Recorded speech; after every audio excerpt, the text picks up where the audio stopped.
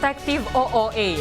Enjoy na enjoy lang ang isang babae sa pagsakay nito sa isang giant swing sa San Mateo, Rizal, kung saan siya nagbakasyon kasama ang mga kaibigan.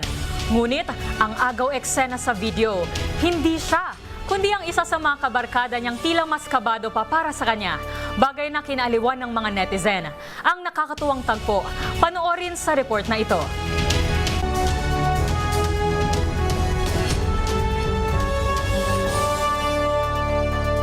Isa na namang gala ang lumabas sa group chat at isa pang adventurous trip ang natupad ng magkakaibigan na nagbakasyon sa San Mateo, Rizal. Sa mga post ng uploader na si Jess Sanilio, mapapanood ang iba't ibang extreme activities na ginawa niya kasama ang mga kaibigan.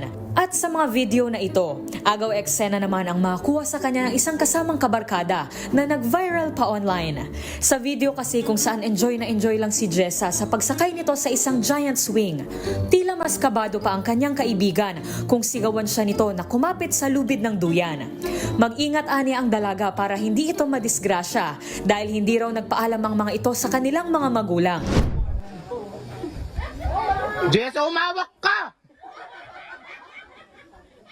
Hindi tayo nagpaalam! Marami ang naaliw na netizen sa pagiging prangka ng kaibigan. Katulad niya, kinabahan din ang mga ito para kay Jessa at sa hindi nito pagpapaalam sa ina. Biro pa ng ilan, kung hindi raw mag-iingat si Jessa ay talagang magiging kwento ito. Patukoy sa sarkastikong biruan online na kapag namaalam ang isang individual ay madalas pagkukwentuhan ng kanyang mga naiwang mahal sa buhay ang kanyang naging buhay.